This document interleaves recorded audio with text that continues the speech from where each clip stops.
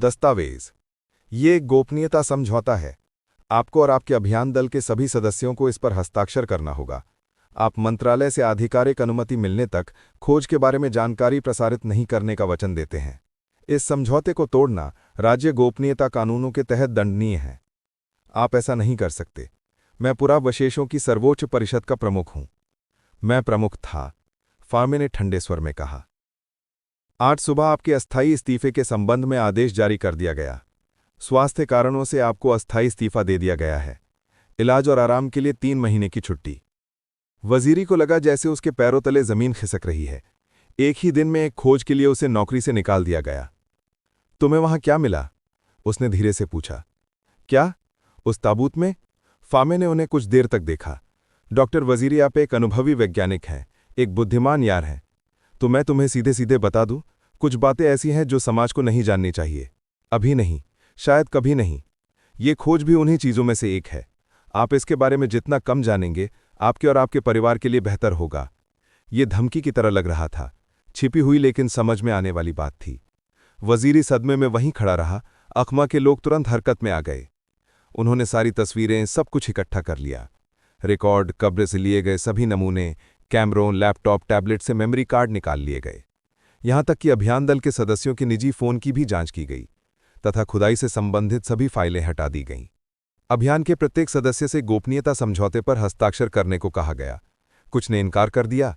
फिर सेना ने विनम्रता से लेकिन दृढ़ता से इनकार के परिणाम समझाए। अंततः सभी समझौतों पर हस्ताक्षर हो गए। दोपहर तक शिविर में सारे अभियान दल को बसों में लादकर काहिरा ले जाया गया और लोग खुदाई स्थल पर ही रह गए। फामे ने खोजी गई कब्र के चारों ओर 150 किलोमीटर के दायरे में एक सैन्य घेरा स्थापित कर दिया। क्षेत्र को एक बंद सैन्य क्षेत्र घोषित कर दिया गया।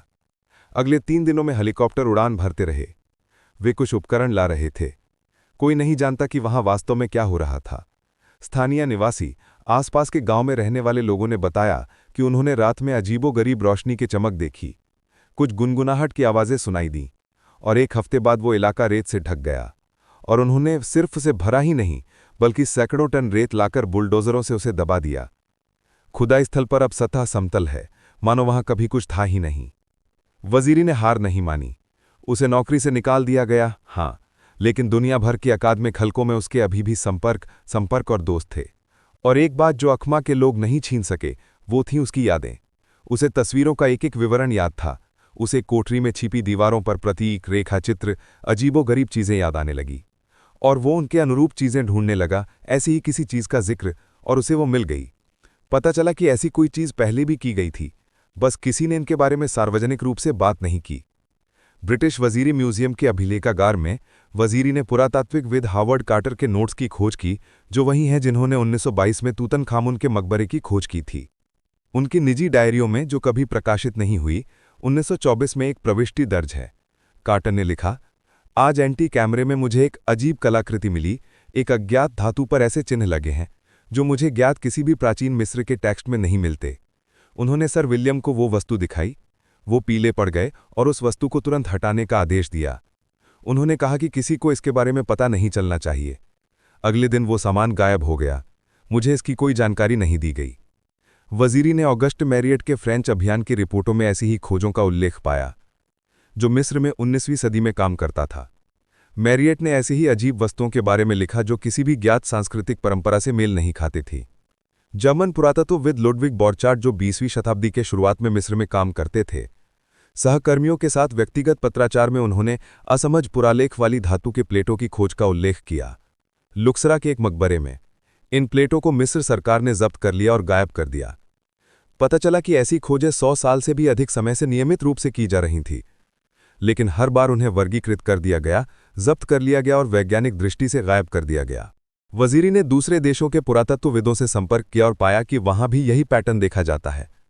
हर जगह इराक में प्राचीन मेसोपोटामिया के क्षेत्र में अजीब कलाकृतियां मिली जो किसी भी तरह मेल नहीं खाती थी सुमेरियन सभ्यता के इतिहास से।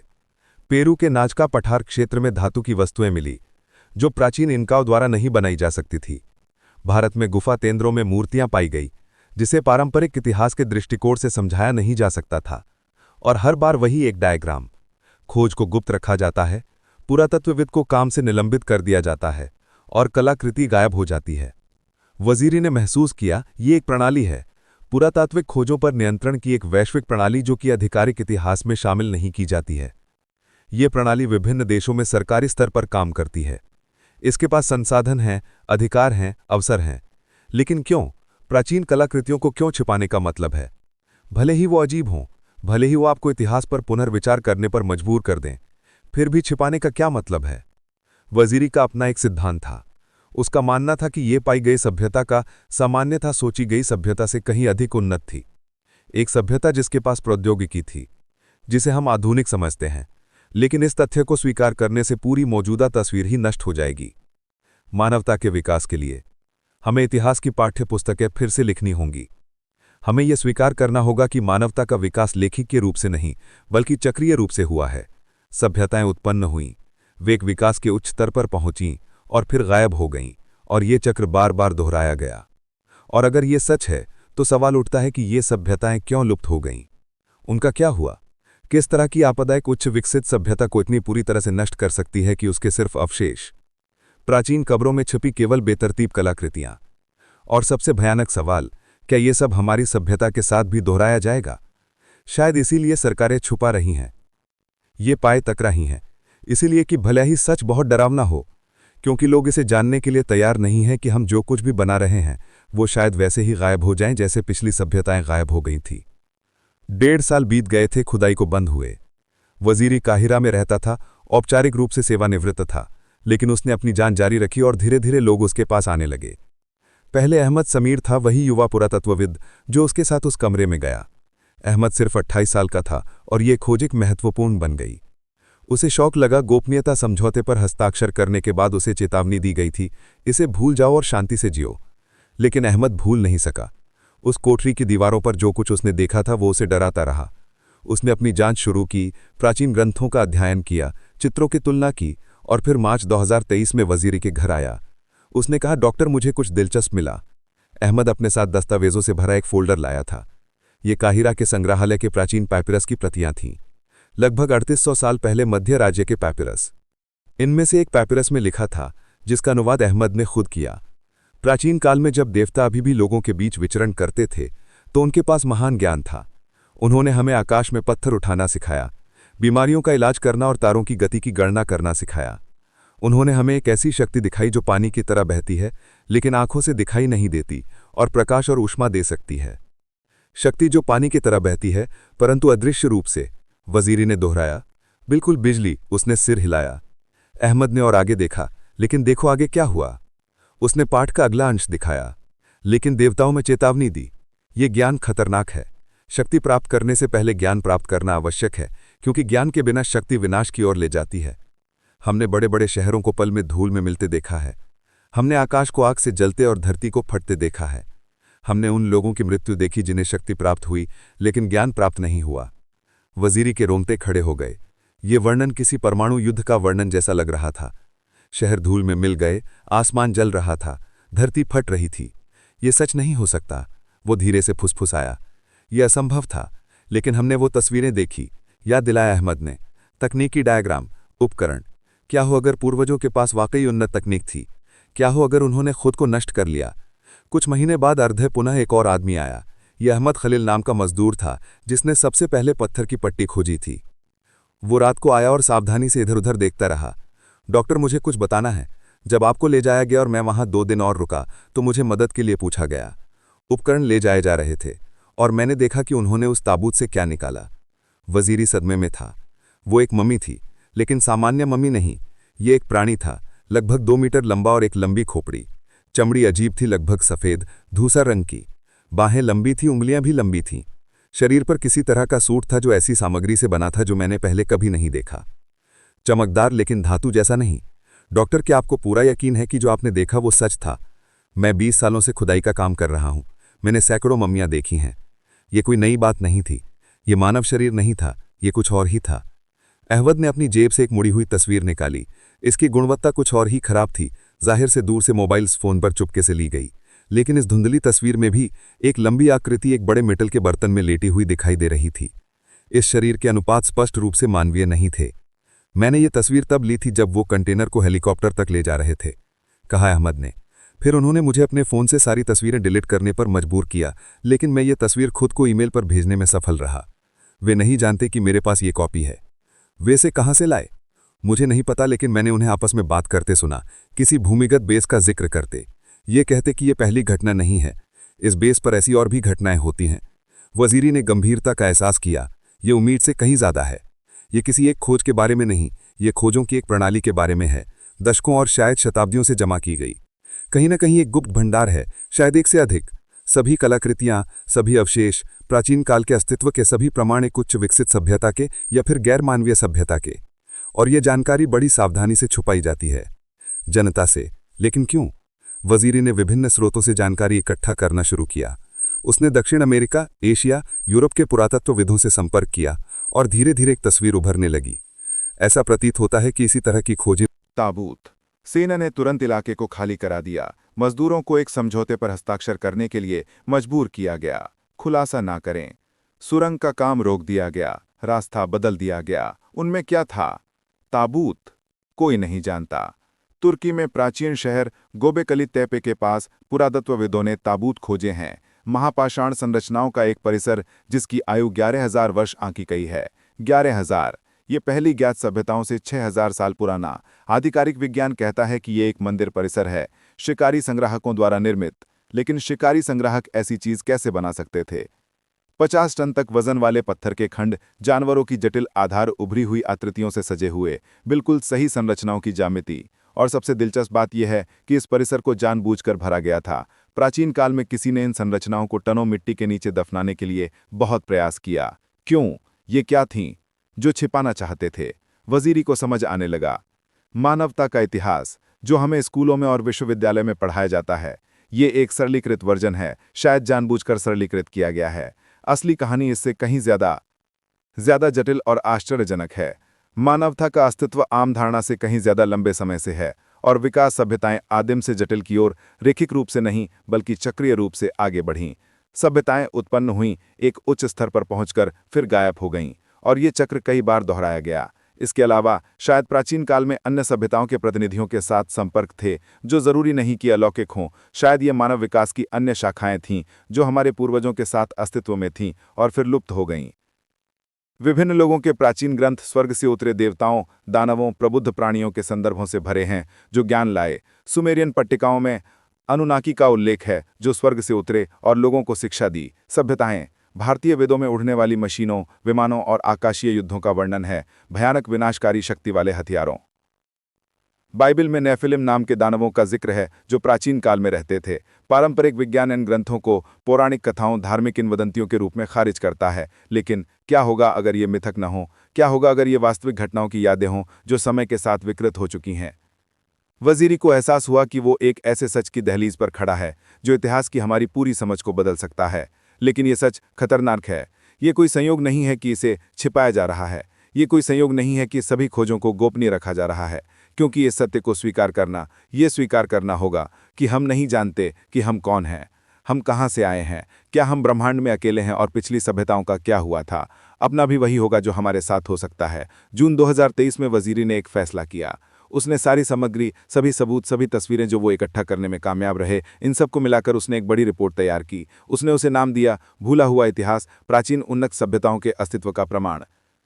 रिपोर्ट में 230 पेज का टेक्स्ट, 300 से ज्यादा तस्वीरें, आरेख और रेखाचित्र शामिल थे। लिंक प्राचीन ग्रंथों, पुरातात्विक रिपोर्टों और प्रत्यक्षदर्शियों के वृत्तांतों पर आधारित था। वजीरी ने यह रिपोर्ट दुनिया की 20 सबसे बड़ी वैज्ञानिक पत्रिकाओं को भेजी। ब्रिटिश लूवर म्यूजियम को स्मिथसोनियन संस्थान ने दुनिया की सबसे बड़ी मीडिया संस्थानों के पत्रकारों को इसकी कॉपियां भेजी। वो प्रतिक्रिया का इंतजार करते हुए सोच रहा था कि एक भंडाफोड़ हो जाएगा, कि उन्हें साक्षात्कार के लिए आमंत्रित किया जाएगा, कि वैज्ञानिक हलकों में बहस शुरू हो जाएगी। लेकिन कुछ नहीं हुआ। पूरा सन्नाटा। एक भी पत्रिका ने उनकी रिपोर्ट नहीं छापी, एक भी मीडिया ने कोई जवाब नहीं दिया। जब उन्होंने फोन करके कारण पूछना शुरू किया तो उन्होंने गोलमोल जवाब दिया। सामग्री प्रकाशन के प्रारूप के अनुरूप नहीं है, पर्याप्त वैज्ञानिक प्रमाण भी नहीं है। विवादास्पद निष्कर्ष। कुछ निष्कर्ष ज्यादा स्पष्ट थे। डॉक्टर वजीरी, हम सामग्री प्रकाशित नहीं कर सकते जो सरकारों की आधिकारिक स्थिति का विरोध करती है, माफ कीजिए। वजीरी समझ गया, व्यवस्था न केवल पुरातात्विक सेवाओं के स्तर पर काम करती है बल्कि ये सभी वैज्ञानिक स्तरों पर काम करती है। पत्रिकाओं, संग्रहालयों, मीडिया, हर जगह ऐसे लोग हैं जो ये सुनिश्चित करते हैं कि कुछ जानकारी सार्वजनिक ना हो गए, सार्वजनिक रूप से लीक हो गई। फिर उसने कुछ अलग करने का फैसला किया, एक वेबसाइट बनाई और मैंने अपनी पूरी रिपोर्ट, सारी तस्वीरें, सारी सामग्री वहां पोस्ट कर दी।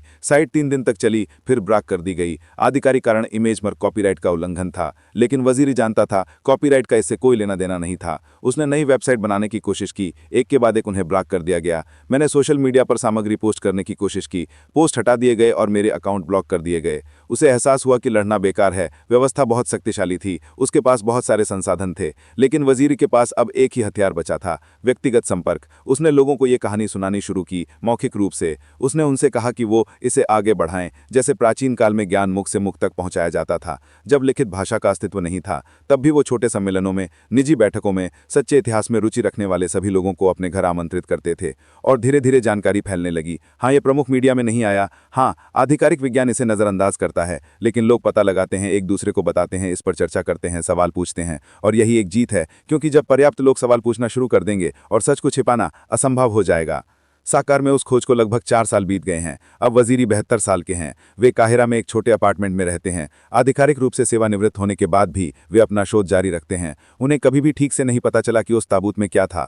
वो तस्वीर जो मजदूर अखमत उनके लिए लेकर आए थे, कोई भी निश्चित निष्कर्ष निकालना बहुत अस्पष्ट है, लेकिन शव को देखने वाले एक प्रत्यक्षदर्शी की गवाही जो मैंने अपनी आंखों से देखा, मुझे आश्चर्य होता है कि क्या ये प्राचीन काल के प्रतिनिधि के अवशेष थे, उन लोगों की एक अत्यधिक विकसित सभ्यता के जो वर्तमान मानवों से जैविक रूप से भिन्न थे, या वे बुद्धिमान प्राणियों की किसी अन्य प्रजाति के प्रतिनिधि थे जो हमारे पूर्वजों के साथ पृथ्वी पर रहते थे, या शायद वे सचमुच तारों से आए थे, जैसा कि शिलालेख में लिखा है, पत्थर की एक पट्टी पर एक अलौकिक सभ्यता के प्रतिनिधि जो कभी पृथ्वी पर आए थे और लोगों को ज्ञान दिया। वजीरी को इसका जवाब नहीं पता, लेकिन एक बात वे जरूर जानते हैं, आधिकारिक इतिहास इसे छुपाता है हमसे बहुत कुछ। हमें जो स्कूलों और विश्वविद्यालय में पढ़ाया जाता है वो बहुत सरल है और शायद वास्तविक घटनाओं का जानबूझकर विकृत वर्जन है। मानवता का इतिहास कहीं ज्यादा प्राचीन है, जितना हम सोचते हैं उससे कहीं ज्यादा जटिल और आश्चर्यजनक, और किसी गुप्त भंडार में जहां आम लोगों की पहुंच नहीं है। इस सच्ची इतिहास के प्रमाण हैं। साकार का ताबूत हजारों में से एक ऐसा प्रमाण नहीं है। और कितने हैं? ऐसी कितनी प्राचीन कब्रें खोली गई हैं और पिछले 150 सालों में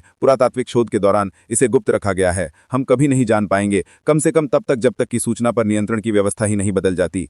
लेकिन वजीरी उम्मीद नहीं छोड़ रहा है। उसे विश्वास है देर सवेर सच सामने आ जाएगा। गवाह बहुत हैं, बहुत सारी खोजें हैं, बहुत सारे सवाल हैं जिनका वैज्ञानिक आधिकारिक विज्ञान ठोस जवाब नहीं दे सकता। प्राचीन लोग सैकड़ों टन वजन वाले ब्लॉकों से इमारतें क्यों बनाते थे, जबकि वे छोटे ब्लॉक इस्तेमाल कर सकते थे? क्योंकि वे प्रभावित करना चाहते थे, या क्योंकि उनके पास ऐसी तकनीकें थीं जिनसे ऐसे पैमाने पर काम करना आसान हो गया? विभिन्न लोगों के प्राचीन ग्रंथों में हजारों किलोमीटर की दूरी पर वे एक ही जैसी घटनाओं की बात करते हैं। उस बाढ़ के बारे में जिसने पिछली सभ्यता को नष्ट कर दिया था, स्वर्ग से उतरे देवताओं के बारे में, उस महान ज्ञान के बारे में जो आगे दिया गया था लोगों को और फिर खो गया। संयोग या वास्तविक घटनाओं की स्मृति? प्राचीन मानचित्र? क्या ये मानचित्र उन महाद्वीपों को दर्शाते हैं जिनकी आधिकारिक खोज सदियों बाद हुई? ये मानचित्र इतने सटीक क्यों हैं कि ये आधुनिक उपग्रह इमेजरी से मेल खाते हैं? संयोग या उपयोग और भी प्राचीन स्रोतों का? ये सभी सवाल अनुत्तरित रह जाते हैं, क्योंकि इनके उत्तर आधिकारिक इतिहास की पूरी संरचना को ही नष्ट कर देंगे। और ये स्वीकार करना कि जो इतिहास हम जानते हैं, ये कहना कि हम गलत हैं, ये स्वीकार करना है कि हम नहीं जानते कि हम कौन हैं, हम कहाँ से आए हैं, ब्रह्मांड में हम अकेले हैं या पिछली सभ्यताओं का क्या हुआ था। इसलिए सच को छिपाया जाता है, इसलिए पुरातात्विक खोजों को वर्गीकृत किया जाता है, इसलिए गवाहों को चुप रहने पर मजबूर किया जाता है।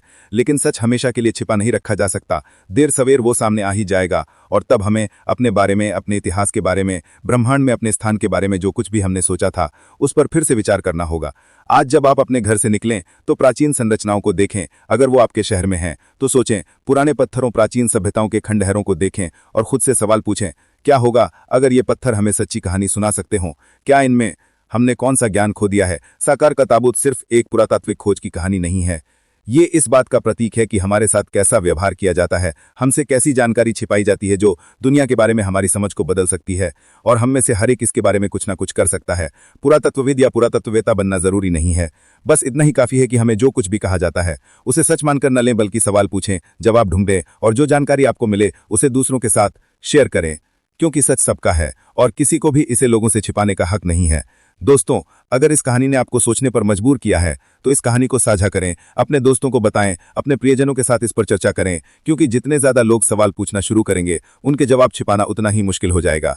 और अगर आप ऐसी ही और कहानियां सुनना चाहते हैं तो उन रहस्यों के बारे में जो हमसे छिपे हैं, तो हमारे चैनल पर सब्सक्राइब करें, हमारे वीडियो को लाइक और शेयर करना ना भूलें। बस घंटी पर क्लिक करें। तो इस तरह से जब ये रिलीज होगा तो आपको सबसे पहले पता चल जाएगा, क्योंकि सच इंतजार नहीं कर सकता ना। अंत तक हमारे साथ बने रहने के लिए धन्यवाद। घंटी पर क्लिक करना ना भूलें ताकि आप ताज़ा समाचारों से अपडेट रहें और हमारे नए वीडियो देखना ना भूलें। याद रखें, जो इतिहास हम जानते हैं वो सिर्फ एक छोटा सा हिस्सा है और सतह के नीचे और भी बहुत कुछ छिपा हुआ है। देवताओं के धार्मिक अनुष्ठान, चित्रलिपि, ग्रंथ, यहाँ ये बिल्कुल अलग था। एक तरफ दीवारों पर तारों भरे आकाश का एक नक्शा लगा था, लेकिन वो अनोखा था। उस पर नक्षत्र अंकित थे, जो पारंपरिक मिस्री खगोल विज्ञान में मौजूद नहीं हैं। इसके अलावा उनके पास कुछ तारे भी थे, गणितीय सूत्रों जैसे कुछ चिन्ह बनाए गए। वजीरी हैरान रह गया। 23 अक्टूबर 2021, मिस्र सकारा रेगिस्तान। एक पुरातात्विक अभियान ने एक प्राचीन 4500 साल पहले सील की गई एक कब्र, लेकिन जब टॉर्च की रोशनी अंधेरे में छिपी चीजों को खोजती है, अंदर अभियान दल का नेता रेडियो उठाता है और फिल्मांकन तुरंत बंद करने का आदेश देता है। उन्होंने वहां उस कब्र में क्या देखा, और 3 दिन बाद पूरी खुदाई स्थल को क्यों बंद कर दिया गया, और मिली हुई चीजें क्यों गायब कर दी गईं?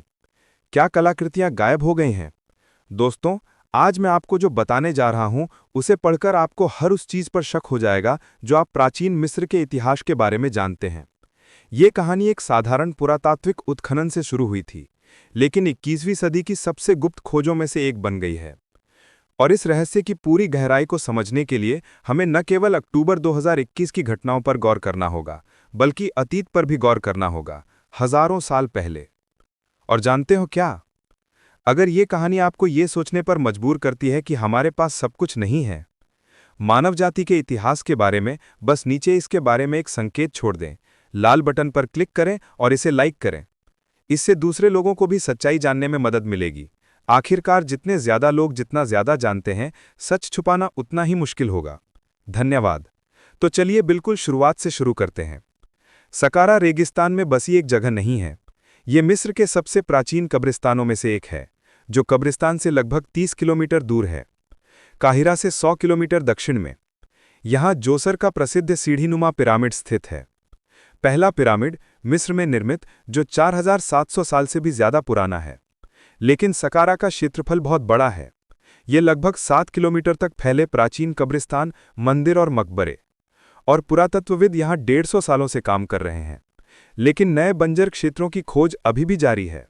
डॉक्टर मुस्तफ़ा वजीरी के नेतृत्व में एक अभियान फरवरी 2021 में शुरू हुआ। वजीरी कोई युवा उत्साही नहीं है, वो एक व्यक्ति हैं जो मिस्र की सर्वोच्च पुराविशेष परिषद के प्रमुख हैं। उन्हें उत्खनन में 35 वर्षों का अनुभव है।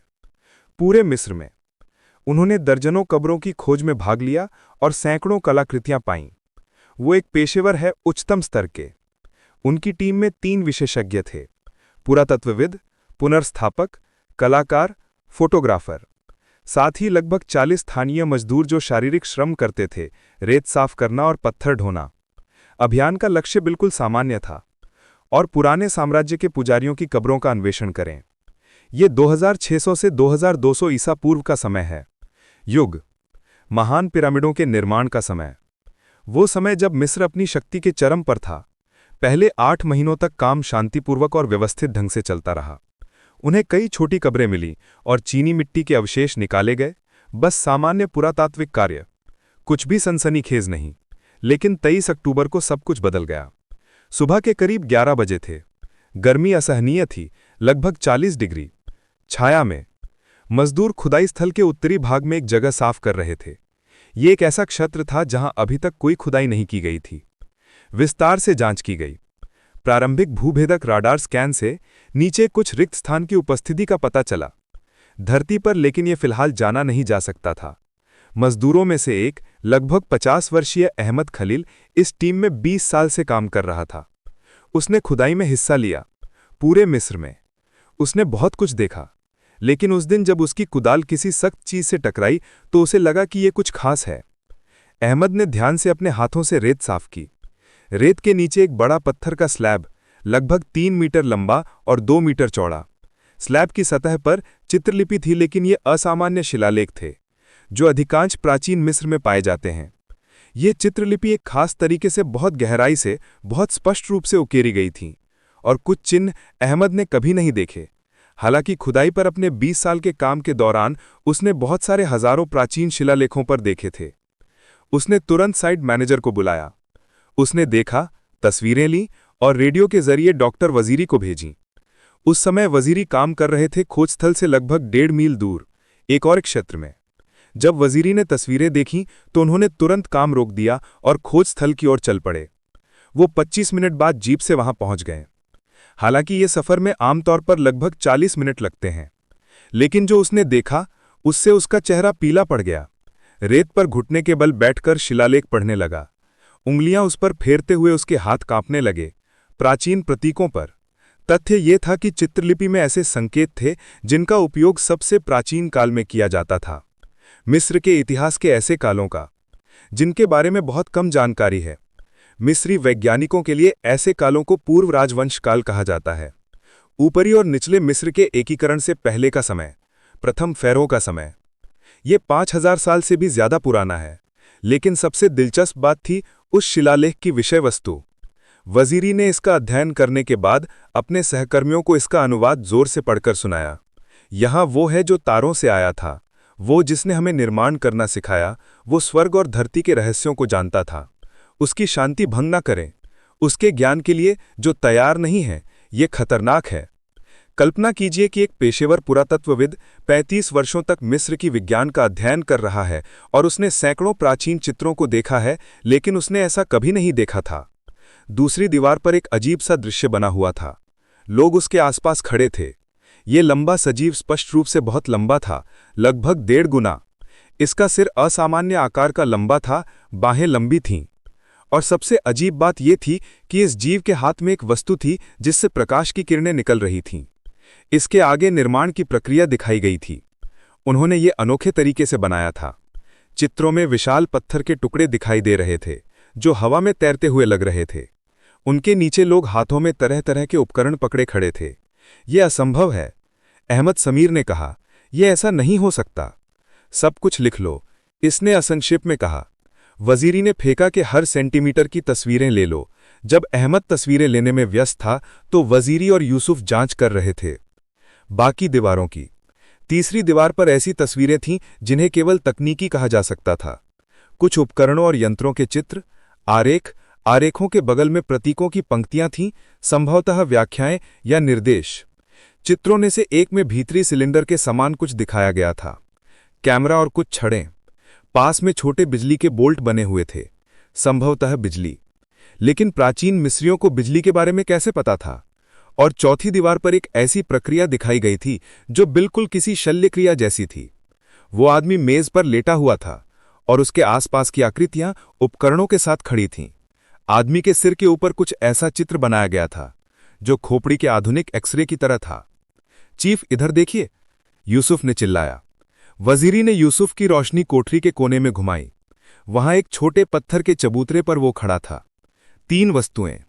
पहली वस्तु एक अज्ञात गहरे रंग के धातु का बेलन था जिस पर नक्काशी की गई थी।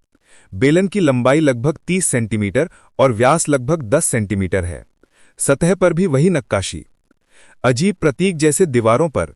दूसरी वस्तु क्रिस्टल जैसी दिखती थी, पारदर्शी, मुट्ठी के आकार का, पूरा मुट्ठी का बिल्कुल सही आकार का। जब वजीरी ने उस पर रोशनी डाली तो क्रिस्टल जैसे जीवित हो उठा। उसके अंदर इंद्रधनुषी रंग खेलने लगे और एक पल के लिए ऐसा प्रतीत हुआ कि क्रिस्टल के अंदर कुछ परछाइयां और आकृतियां घूम रही हैं। तीसरी वस्तु सबसे अजीब थी। ये पतली धातु जैसी दिखने वाली सामग्री से बनी एक प्लेट थी, लेकिन बहुत हल्की, जिसकी माप लगभग 30 गुना 20 सेंटीमीटर थी। प्लेट की सतह पर प्रतीकों की पंक्तियां उकेरी गई थीं, जिन्हें पूर्ण सटीकता से व्यवस्थित किया गया था। किसी भी चीज को छूना मत। वजीरी ने चेतावनी दी, पहले हम सब कुछ रिकॉर्ड कर लेंगे। लेकिन सबसे महत्वपूर्ण खोज कमरे के बीचों बीच उनका इंतजार कर रही थी। वहां एक ताबूत रखा था, लेकिन यह कोई सामान्य मिस्री ताबूत नहीं था। ताबूत आमतौर पर ग्रेनाइट, हरी सट्टान और कभी-कभी सोने से मढ़ी लकड़ी से बने होते थे। यह काले बेसाल्ट से बना था और इसे शीशे की तरह चमक के लिए पॉलिश किया गया था। ताबूत का आकार भी असामान्य था, आयताकार नहीं जैसा कि आमतौर पर होता है, बल्कि थोड़ा गोल, सुव्यवस्थित। ढक्कन चिकना था, बिना किसी भी चित्र या शिलालेख के। केंद्र में केवल एक प्रतीक, एक वृत्त के अंदर एक स्पाइरल। आयाम भी असामान्य थे। ये ताबूत सामान्य से लगभग 2.5 मीटर ऊंचा और लगभग 1 मीटर चौड़ा था। हम इसे कल खोलेंगे। वजीरी ने फैसला किया। अब अंधेरा हो रहा है, हमें अच्छी रोशनी। और वे उस कमरे में लगभग 2 घंटे बिताए, फोटो खींचे, माप लिए और हर विवरण को रिकॉर्ड किया। जब वे आखिरकार शिखर पर पहुंचे तो अंधेरा हो चुका था। वजीरी ने पूरी टीम की एक बैठक बुलाई और समझाया कि उन्होंने जो पाया उसकी पहली तस्वीरें दिखाईं। प्रतिक्रिया अनुमानित थी। अविश्वास, विस्मय, एक तार्किक व्याख्या खोजने का प्रयास। उन्होंने सुझाव दिया कि शायद ये कोई अनुष्ठानिक प्रतीकात्मकता है। पुरातत्वविदों में से एक ने कहा, रूपक चित्र, रूपक इतने ठोस नहीं होते। वजीरी ने आपत्ति की, ये चित्र तकनीकी और योजनाबद्ध हैं, ये कोई धार्मिक प्रतीक नहीं है। उन्होंने पहले भी बात की। बातचीत देर रात तक चलती रही, लेकिन फिर भी वे किसी नतीजे पर नहीं पहुंचे। उन्होंने अगले दिन ताबूत खोलने का फैसला किया और फिर शायद सब कुछ साफ हो जाएगा। उनमें से किसी ने नहीं सोचा होगा कि अगला दिन नहीं होगा। 25 अक्टूबर की सुबह वजीरी की नींद हेलीकॉप्टर की आवाज से खुल गई। उसने तंबू से बाहर देखा। मिस्र की वायुसेना का एक हेलीकॉप्टर शिविर के ऊपर चक्कर लगा रहा था। 10 मिनट बाद हेलीकॉप्टर लगभग 10 बजे कैंप से 100 मीटर दूर उतरा।